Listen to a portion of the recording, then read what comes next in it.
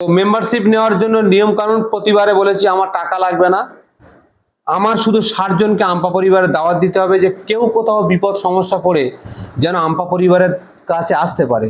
এই বার্তাটা তাদের দিয়ে তাদের ফোনে সাবস্ক্রাইব ফলো করে দেবেন। আর তারা আমার 60 জনের নাম একটা সাদা কাগজে লিখে নিয়ে এলে এখানে আমরা ফর্ম দিয়ে দেবো, ফর্মটা ফিল আপ করে এখানে জমা দিয়ে দিলে মেম্বারশিপ কার্ড দিয়ে আমরা তাকে মেম্বার করে নেবো। তো পশ্চিমবাংলার যুব সমাজটাকে আমি চাচ্ছি সামাজিকতার সাথে সঠিক পথে পরিচালিত হোক।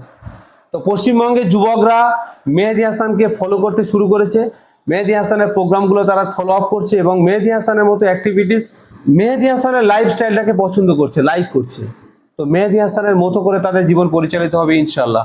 তো আমি আমার যে টার্মস অ্যান্ড কন্ডিশন ছিল 60 জনের নাম সম্পূর্ণভাবে তাদের ফেসবুকে ফলো, ইউটিউবে সাবস্ক্রাইব করে নাম লিস্ট জমা দিয়েছে।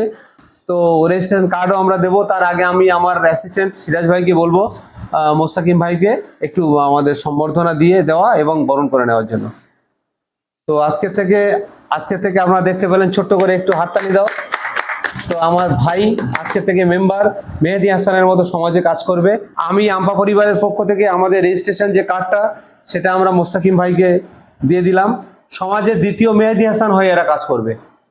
তো দি সরার জায়েজ হসপিটাল আল্লাহ জাইল ইসলাম সাহেবের পক্ষ থেকে মেম্বারশিপ কার্ডের সাথে সাথে আমরা ডায়েরিটা দিয়ে দিলাম।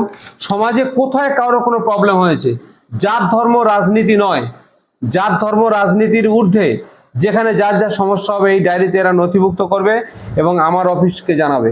আসসালামু আলাইকুম। বলছি আমি মেহেদী হাসানদার অ্যাক্টিভিটিস খুব পছন্দনীয়, ওই জন্য করে মেহেদী হাসানদার এখানে অফিসে এসে আমি নিজে আইডি কার্ড গ্রহণ করেছি এবং প্রত্যেকের বলবো সবাই যেন এই আইডি কার্ড গ্রহণ করে। তাহলে আজকের থেকে সৎ পথে চলবো, ভালো পথে চলবো, কোনো রকমভাবে সৃষ্টিকর্তা অসন্তুষ্ট হবে এই ধরনের কোনো কাজের সাথে আমরা থাকবো না। আমরা যুব সমাজ যদি এইরকম সঠিকভাবে চলি তো আগামী জেনারেশন দেখা যাবে আরো সুস্থ সুরক্ষিত একটা সমাজ পাবে, মানবিক একটা সমাজ পাবে। বর্তমান সমাজে আমরা দেখেছি মানুষ অর্থ আর স্বার্থের নেশায় পাগল হয়ে আছে। পৃথিবীর অর্ধেকটা যদি আমার নামে লিখে দেওয়া হয়, লাভটা কি ভাই? আমার তো কবরে যেতে হবে রে ভাই। ওই জন্য বলছি কি লাভ আছে ভাই?